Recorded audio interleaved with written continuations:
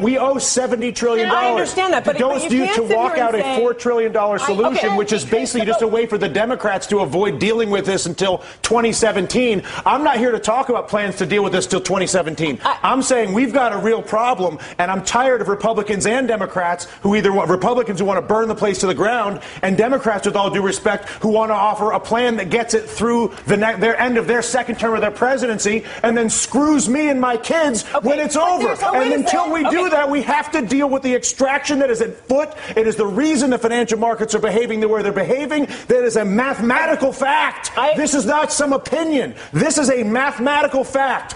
Tens of trillions of dollars are being extracted from the United States of America. Democrats aren't doing it. Republicans are not doing it. An entire integrated system, financial system, trading system, taxing system that was created by both parties over a period of 2 decades is at work on our entire country right now. And we're sitting here arguing about whether we should do the $4 trillion plan that kicks the can down the road for the president for 2017 or burn the place to the ground, both of which are reckless, irresponsible, and stupid.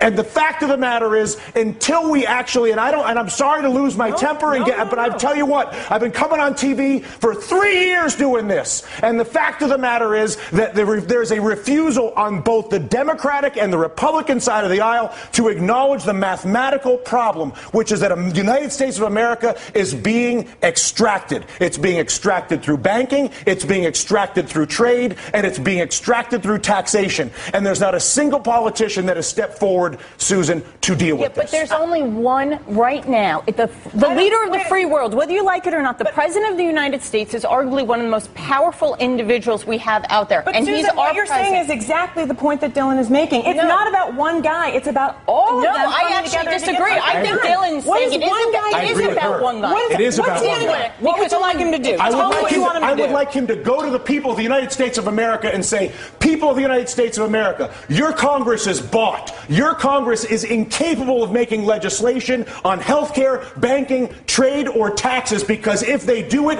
they will lose their political funding, and they won't do it. But I'm the President of the United States, and I won't have a country that is run by a bought Congress. So I'm not going to work with a bought Congress and try to be Mr. Big Guy. I'm working with the bought Congress. I'm going to abandon the bought Congress like Teddy Roosevelt did, and I'm going to go to the people of the United States, and I'm going to say, you've got a bought Congress. And until we get rid of the bought Congress, which is Jimmy Williams' constant point, which is get the money out of politics, and until a president says that's the problem and says he's going to fix it, there is no policy that I can possibly see, no matter how brilliant your idea may be, or your idea, or my idea, or her idea, or your idea at home, is that idea will not happen as long as there's the capacity to basically fire a politician who disagrees with me by taking funding away from him. Is that a fair assessment?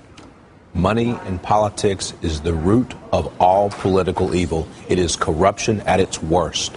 And until we step up and kick that out of the park, it's going to be the same system all and only the president could do that. We're going to keep you guys. Congress has to do it too. The Congress has to do it too. But I'll tell you what. How bad does it have to get? How much money has to be extracted? How many things have to be heard? Down to brass tacks. Okay, physically, what do? You go and give a speech right now. Right now. Right now. You say. And then what happens tomorrow? Tomorrow, what happens is you begin the process of actually investing in solving the problem. So I come out and I say, how? I create an infrastructure bank with 2% blending immediately. Once I explain to people the problem, once I explain to you have cancer, once you understand how screwed up your trade, tax, and banking policies are, believe me, you will have no issue when I incorporate an infrastructure bank that I fund with repatriated offshore money that I bring in and then use to create 2% direct lending to every business in America, because when you realize that the banking system is fully corrupt and defrauding us,